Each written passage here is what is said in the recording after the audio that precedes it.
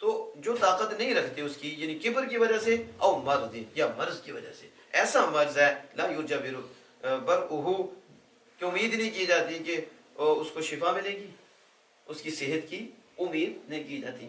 میں نے یہاں تک پڑھا ہے کہ یہ جو شوگر کا مرض ہے نا، یہ بھی ایسا ہی ہے، یہ بھی دائمی ہے، اور بات ہے کہ ان کو وہ جو ہے نا، یہ ان کی زبانی خشک ہو جاتی ہے۔ شوگر کی بھی قسمیں ہیں، ایسی صورت ہوتی ہے، تو اب یہ بھی سمجھ آتا ہے کہ یہ بھی ایسی بیماری ہے کہ جو کہتے ہیں کہ نہیں جاتی ہے، یہ بھی ساتھ رہتی ہے، اور پھر وہ روزہ بھی نہیں رہ سکتا ایسی صورت میں۔ اگر ایسی ہے تو پھر یہ بھی اس میں آ جائے گا، اور اگر وہ اللہ فضل میں ٹھیک ہو جائے تو پھر اس کو بھی دوبارہ روزے وہ قضا کرنی پڑے گی۔ تو لا یرجى برؤہ فدیۃ ہی طعام مسکین، یعنی فدیہ دینا ہے، کیا وہ ہے ایک مسکین کو کھانا کھلانا۔ تو ہیا نکال کر بتا دیا کہ یہ پھر آگے مبتدا اور طعام مسکین اس کی خبر بن جائے گی۔ پھر ایسے ڈائریکٹ تو نہیں کہ فدیہ ہی کھانا، مسکین کا کھانا کھلانا ہے، تو یہ تو نہیں نا فدیہ کہ مسکین کا کھانا کھلانا فدیہ، فدیہ ہی وہ مسکین کو کھانا کھلانا ہے۔ تو پھر اس کا آگے پورا جملہ بنا ای کتنی، ای قدر ما یکلو فی یوم، یعنی اتنی مقدار، قدر ما یکلو اتنی مقدار کھلانا کہ جسے ایک دن میں وہ کھاتا ہے، ایک کسی دن میں وہ کھاتا ہے، اتنی مقدار۔ وہ مدہ من غالب قوت البلد، اور وہ شہر کی غالب جو یہ قوت ہوتی ہے، غالب قوت میں سے ایک مد ہے، لکل یوم ہر دن کے لیے۔ ہمارے یہاں اسے بولا جاتا ہے 2.25 سے، کتنا 2.25 سے دن، تو اتنا جو ہے نا وہ اس کا کیا کر دے، فدیہ ادا کرے 2.25 سے جو روزے رکھتے۔ وقرات باضافت فدیہ، اور ایک قرات میں فدیہ کی اضافت کے ساتھ بھی ہے، یعنی یوں بھی ہے فدیہ تو طعام مسکین، ایک قرات میں فدیہ مضاف ہو رہا ہے طعام کی طرف، یہ بھی قرات ہے۔ وہی للبیان، تو پھر یہ اضافت کون سی ہوگی، کہتے ہیں اس وقت اضافت بیانیہ ہوگی، یعنی وہ فدیہ کی وضاحت کرنے والی ہوگی، فدیہ مسکین کو کھانا کھلانا، تو یہ تفسیر ہو جائے گی، وضاحت ہو جائے گی۔ تو وقیلا، اور بعد کا لا غیر مقدر، جو میں نے پہلے بتایا، انہوں نے کہا یہاں لا یطیقون میں لا مقدر ہی نہیں ہے یطیقون ہے، بعد نے کہا کس نے، اس لیے قیلا سے اسے تعبیر کیا۔ وَكَانُوا مُخَيَّرِينَ فِي صَدْرِ، وہ کیا تھا، کہتے صدر اسلام میں اختیار دیا جاتا تھا، کانو مخیرین، یعنی انہیں صدر اسلام میں اختیار دیا جاتا تھا روزے اور فدیہ کے درمیان، بین الصوم والفدیہ، چاہے روزہ رکھ لیں چاہے فدیہ، یہ شروع اسلام میں تھا، روزہ رکھ لیں یا فدیہ دے لیں۔ ثم نسخ، پھر بتعین صوم، پھر صوم کی تعین کے ساتھ اسے منسوخ کیا گیا، یعنی یہ منسوخ ہوا، ناسخ کیا ہوا، بقول فمن شہد منکم الشہر فلیصم، یہ جو فرمایا کہ تم میں سے جو اس مہینے کو پائے فلیصم، اسے چاہیے وہ روزہ رکھے اسے۔ تو اس آیت نے پہلے حکم کو منسوخ کیا، اور یہ آیت اس کی ناسخ ہے، یہ کیا ہے، اس لیے لا یطیقون وہ پڑھے کہ یہ منسوخ ہو گیا وہ حکم یطیقون والا۔ تو قال ابن عباس رضی اللہ تعالی عنہما، آپ نے فرمایا الا الحامل والمرضع، سوائے حامل اور مرضع، سوائے حاملہ عورت اور دودھ پلانے والی عورت، ان کے سوا، کہ جبکہ یہ دونوں افطار کریں، خوفاً علی الولد، خوفاً، تو انہیں اختیار ہے، انہیں یعنی کہ انہیں اختیار دیا گیا ابھی بھی، کیونکہ انہیں بچے کا خوف ہے اور دائیا کو بھی خوف ہے، وہ دودھ پلانے والی ہے، یا ماں ہے یا دائیا ہے دودھ پلانے والی۔ اس کی ڈیٹیل ہم آگے بیان کریں گے کہ یہ نہیں ہے کہ ان کا تجربہ ہوتا ہے، کیا ہوتا ہے، جن کا تجربہ ہے کہ میں حاملہ ہوں، اس حالت میں بچے پہ ہو جائے گا، تو پھر جو ہے نا وہ افطار کر لے، تو پھر باقی دنوں میں روزہ رکھ لے۔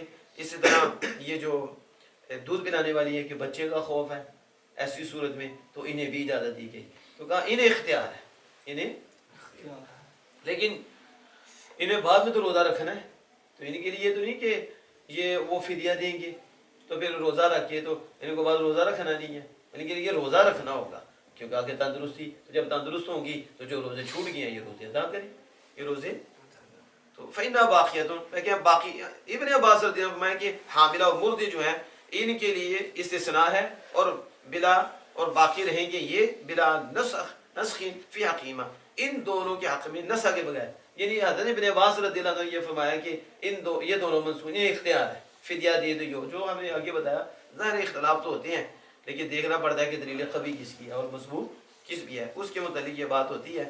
تو یہ تھوڑی سی وضاحت ہے، یہ سنیں کہ یہ جو فرمایا کہ تم سے پہلے فرض کیے گئے، تم سے پہلوں پر بھی، معنی کیا ہے؟ معنی یہ ہے کہ صومکم کصومہم فی عدد الایام، یہ معنی ہے کہ تمہارا روزہ رکھنا، تمہارا وہ ایسے ہی ہے جیسا ان کا چند ایام عدد میں، یعنی معدود اور محدود دنوں میں روزہ رکھنا ہے۔ جیسا ان کا محدود دنوں میں روزہ رکھنا ہے، ایسے ہی تمہارا بھی روزہ رکھنا ہے۔ یہ جو تشبیہ دی گئی تھی کہ ان کے روزوں کے ساتھ ان کے لیے بھی چند دن تھے، تو تمہارے لیے بھی، تو تمہارا روزہ رکھنا ایسے ہی ہے جیسا ان کا معدود دنوں میں روزہ رکھنا ہے۔ اور آگے یہ کہتے ہیں کہ حضرت ابن ابی حاتم نے ابن عمر رضی اللہ عنہ مرفوعاً یہ روایت کیا، کیا صیام رمضان کتبہ اللہ علی الامم من قبلکم، اللہ عز و جل نے رمضان کے روزے تم سے پہلی امتوں پر بھی فرض کیے، تم سے، یہ کس نے؟ ابن حاتم نے حضرت ابن عمر سے مرفوع روایت کیا ہے کہ تم سے پہلے پر بھی امتوں پر بھی رمضان کے روزے فرض کیے گئے۔ یا پھر کہتے ہیں یا المراد مطلق الصیام، یا پھر اس سے مراد مطلق صیام ہے۔ اگر بولیں گے تو بھیا جیسا کہ تم پہ رمضان کے روزے فرض کیے گئے، تم سے پہلے پر بھی فرض کیے گئے رمضان کے، یا پھر مطلق روزہ ہی مراد ہے، کیا؟ دون وقت ہی، وقت مراد نہیں کہ رمضان کا وقت، یا یہ مراد ہے کہ تم پہ روزے فرض کیے جیسا کہ تم سے پہلے فرض کیے گئے، وقت کا نہیں بتایا کہ رمضان میں کیے گئے، یہ قید نہیں، بلا قید، دون وقت ہی۔ وقدر، اس کو مقدر رکھا، اس کو مقدر کیا ہے۔ فالتشبیہ واقع علی نفس الصوم، پس کہتے ہیں تشبیہ جو ہے یہ نفس صوم پر واقع ہے، کس پر؟ یعنی تمہارا بھی روزہ رکھنا ان جیسے جیسے انہوں نے رکھا، تو یہ مشبہ بن گیا اور وہ مشبہ بھی بن گیا جس کے ساتھ تشبیہ دی پہلے، تو کہیں گے یہ تشبیہ واقع ہوئے ہے نفس الصوم پر، کس پر؟ کہ ہم نے کیا کیا، ہم فرض کرتے ہیں یہ ہم نے فرض کیا آدمی، آدم پر ایام البیض، کیا کہ اللہ پاک نے آدم علیہ السلام پر ایام بیض کے روزے رکھنا فرض کیے تھے، 13ویں 14ویں 15ویں کا روزہ فرض کیا، اور قوم موسیٰ پر عاشوراء، قوم موسیٰ پر عاشوراء کا، تو یہ روزے سے تشبیہ دی کہ آدم علیہ السلام پہ بھی فرض کیے کہ 3 دن، اور یہ موسیٰ علیہ السلام کی قوم پر عاشوراء کا روزہ فرض کر دیا گیا۔ اور آگے کہتے ہیں کہ اور یہ جو فرمایا کہ کم ایام معدودہ، چند دن، کتنے؟ چند دن، یہ حکم، اس کا حکم ذکر التشبیہ، تشبیہ کا ذکر کرنا، تاکید فی الامر، یہ امر میں تاکید ہے، کیا؟ دیکھو نا، جیسا کہ تم سے پہلوں پہ فرض کیے گئے چند دنوں میں، تم سے پہلے فرض کیے گئے، تو یہ جو تشبیہ دی ہے کہتے ہیں یہ امر میں تاکید کے لیے ہے، امر میں، امر کو پختہ کرنا ہے کہ یہ ضرور کرنا ہے، یہ ضرور روزے رکھنے ہیں تم نے، ضرور، اور تسلی ہے من بمن قبلنا، ہم سے پہلوں سے، ہم سے پہلوں کے ساتھ، یہ کیا ہے؟ تسلی، جو میں نے پہلے بتایا کہ تسلی دی گئی کہ تم سے پہلوں نے بھی روزے ان پہ بھی فرض کیے گئے۔ لِأَنَّ فِي الصَّوْمِ نَوْعٌ صعوبہ، تو تسلی کیوں دی؟ سوال یہ ہے، پھر جیسے آگے دیتے ہیں نا، میں نے بتایا کہ ظاہر وہ کام مشکل ہوتا ہے، کام تو تسلی دی جائے تو اس کے لیے وہ آسان ہو جائے، کہ مشکل ہے تو پھر کرنا آسان ہو جائے گا، تو اللہ پاک نے یہ تسلی دی، تو کیوں دی؟ کہتے ہیں کیونکہ روزے میں نوع صعوبت ہے، یہ نوع سخت نوع ہے، کیا ہے؟ سختی کی عادت ہے، مشقت ہے اس میں، نماز سے بھی بڑھ کے، لیکن ہم نے دیکھا عجیب بات ہے، دیکھو اللہ نے تسلی دی ہے نا، تو اللہ کا فرمان ہے، تو اب نماز لوگ نہیں پڑھتے تو روزہ رکھ لیتے ہیں، وہ بھی آپ دیکھیں گے رمضان میں نماز میں اتنی نہیں مشقت جتنی روزے میں پورا دن کی مشقت جی لیتے ہیں، اور نماز نہیں پڑھتے، نماز چھوڑ دیتے ہیں، جھوٹ بولتے ہیں، فراڈ کرتے ہیں، لیکن روزہ رکھ لیتے ہیں، روزہ حالانکہ اس کی کتنی تکلیف ہے، تو اسی لیے یہ تسلی دی، کیونکہ اس کی نوع صعوبت تھی اور مشکل یہ حالت ہے، تو فرمایا کہ تم اکیلے پر ہی فرض کیے گئے، پہلوں پر بھی فرض کیے گئے۔ اس کی سمجھ آ گئی؟ واللہ تعالی اعلم بالصواب۔